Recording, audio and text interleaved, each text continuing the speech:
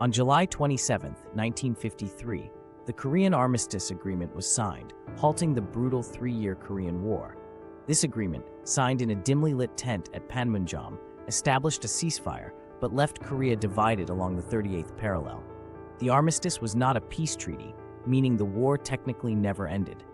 The document was signed by North Korea, China, and the UN command, but South Korea refused, foreshadowing ongoing tensions. This moment marked the birth of the DMZ, a buffer zone that would become the world's most fortified border. The Demilitarized Zone, DMZ, was created as a 160-mile-long, 2.5-mile-wide buffer zone, splitting the Korean Peninsula in two. Engineers from both sides worked to erect barbed wire fences, guard posts, and landmines along the 38th parallel. Despite its name, the DMZ became one of the most militarized borders in history. The zone was designed to prevent direct conflict, but it also symbolized the deepening ideological divide between communism and democracy. Today, it stands as a stark reminder of the Cold War's unresolved legacy. Throughout the 1960s and 70s, the DMZ became a stage for psychological warfare. Both North and South Korea erected massive propaganda loudspeakers, blasted messages across the border, and raised towering flags to assert dominance. The Joint Security Area, JSA, saw soldiers from both sides standing mere feet apart, locked in a silent stare-down. This propaganda war was meant to demoralize the enemy and boost domestic morale, turning the DMZ into a surreal battleground of ideologies. In 1976, a routine tree pruning operation in the DMZ turned deadly when North Korean soldiers attacked a U.S. ROK work detail, killing 2 American officers with axes. The incident, known as the Axe Murder, sparked outrage and led to Operation Paul Bunyan, a massive show of force by the U.S. The tree was finally cut down under the protection of armed helicopters and infantry. This event underscored the DMZ's volatility and the ever-present risk of escalation. Between 1974 and 1990, South Korea discovered 4 massive tunnels dug by North Korea beneath the DMZ. These tunnels, some large enough for entire battalions, were designed for surprise attacks on Seoul.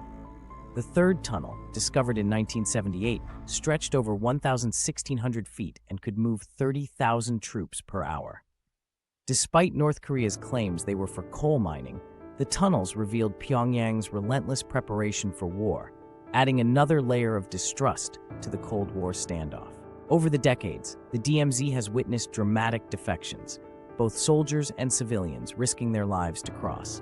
In 2017, a North Korean soldier sprinted under gunfire to the south, his body riddled with bullets.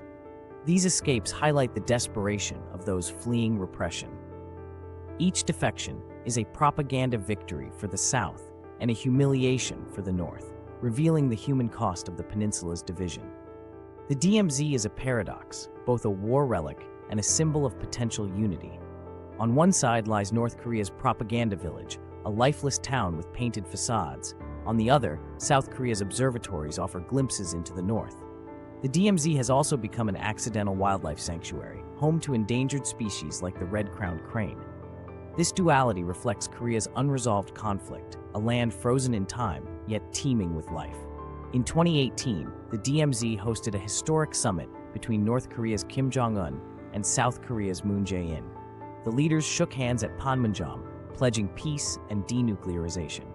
For a moment, the DMZ transformed from a war zone into a stage for diplomacy. Though progress stalled, the summit showed that even the world's most fortified border could briefly become a bridge for dialogue.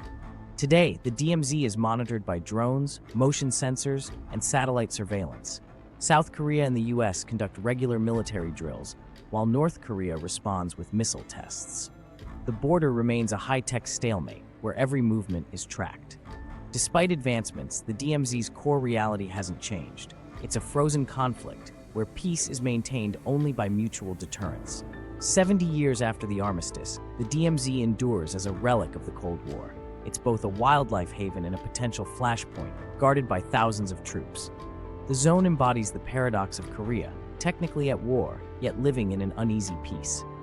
As long as the DMZ stands, it serves as a haunting reminder of what happens when diplomacy fails and divisions harden.